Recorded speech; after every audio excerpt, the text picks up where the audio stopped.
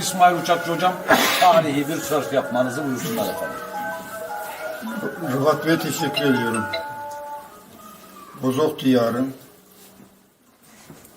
Kınık boy mensupları İsraillerin yurduna bizleri davet eden saygıdeğer başkanlarımız Mehmet Gülür Bey, Ünal Dursun Bey, Yaşar Aytaç Bey çok teşekkür ediyorum.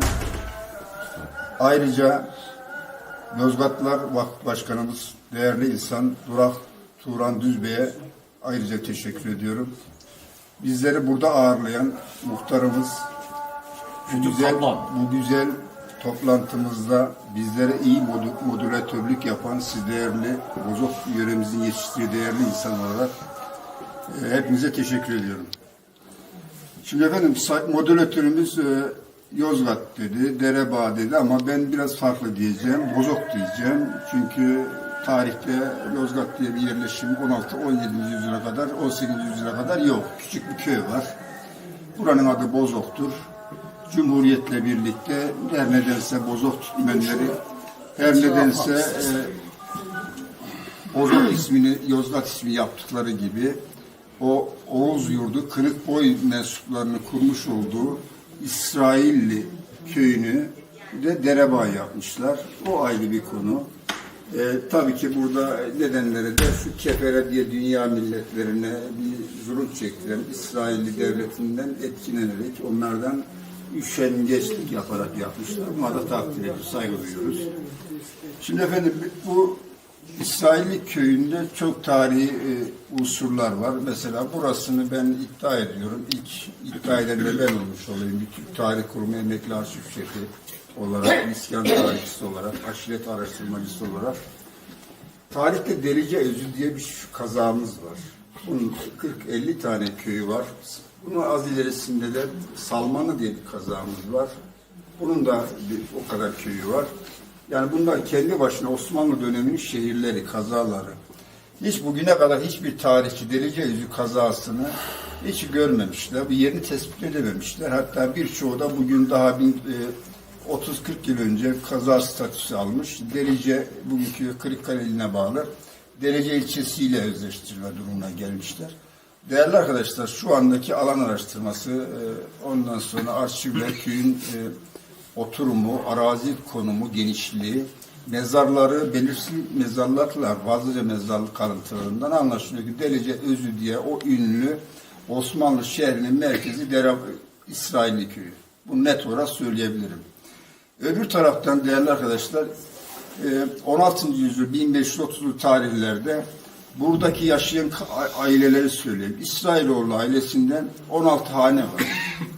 Bu 16 hanede bir de Esen Gazili var. Orada da 40 hane var. Aynı kabile olarak o Selçukluların Kınık boyuna bağlı olan aynı kabile, dedenin torunları bunlar. O dönemde burası Bozok Budaközü kazasına bağlı. Budaközü kazası daha sonra ayrılmış. O dönemde sancak olarak Bozok sancağına bağlı ama daha sonra idari dağılımlarda Çorum'a bağlı bugünkü Sungurlu ilçesi diye bildiğimiz ilçe. Hemen ilerisi de şu Bozok Yaylası'nın ortasından kesilen şu gördüğünüz dağ Aygar diye bildiğimiz dağ Bozok Yaylası'nın batı uzantısıdır. Bozok Yaylası dediğimiz yaylada Kıbrıs haritasını gözümüzden geçirenin uç kısmına kaydeder. Böyle bir yapısı var. Daha sonra bu köyü şeyde görüyoruz. Mesela Zile Yörükleri diye bir aşireti, Türkmen aşiretinin iskanını biliyoruz. Daha onlar yeni, onlar köylüler, vatandaşlarımız da biliyorlar hatta. Soyadları Kaplan olduğunu da söylüyorlar. Ondan sonra o ailenin Zile Yörükleri Osmanlılarla mazaratlık yapmalarından dolayı Köse Dağı işte o bölgelerde yapmalarından dolayı buraya zorunlu tehcile yerleştirildiğini biliyoruz. Onu derken mazaratlık demişken şunu da arz etmek gerekir. Değerli arkadaşlar burası Celali isyanları dediğimiz isyanların merkezi burası.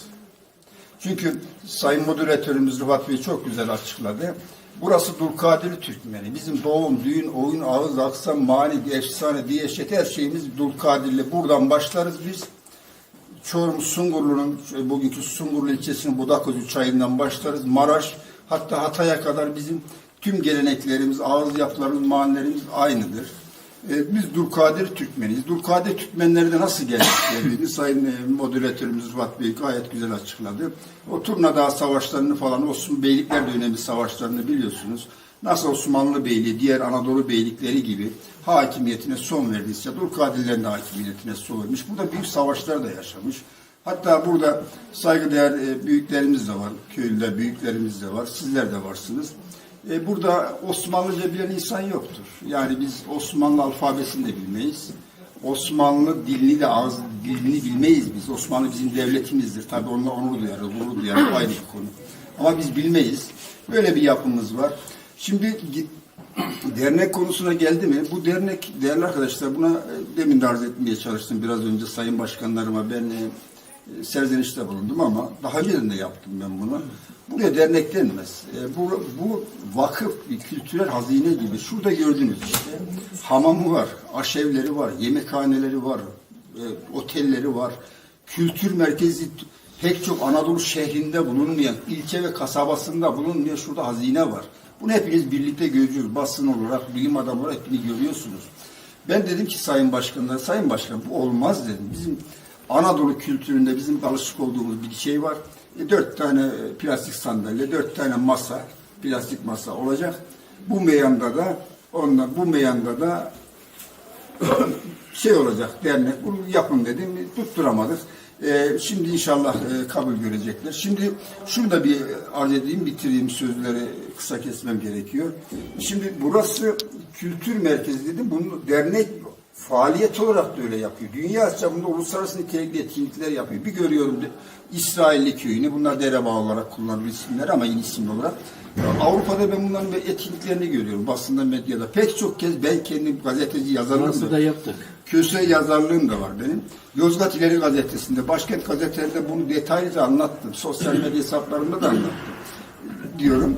Bu kültürün özelliğini, aslına uyumunu, doğum, düğün, oyun, ağız, aksan gibi gelenek göreneklerini yapmış olduğu etkinliklerde orijinalini gösteren sayın derneğimize, başkanlarımıza, dernek halimize, muhtarımıza gerçekten teşekkür ediyorum. Ben sizlere saygı duyuyorum. Çok teşekkür ediyoruz kıymetli hocam. Evet. Muhtarlar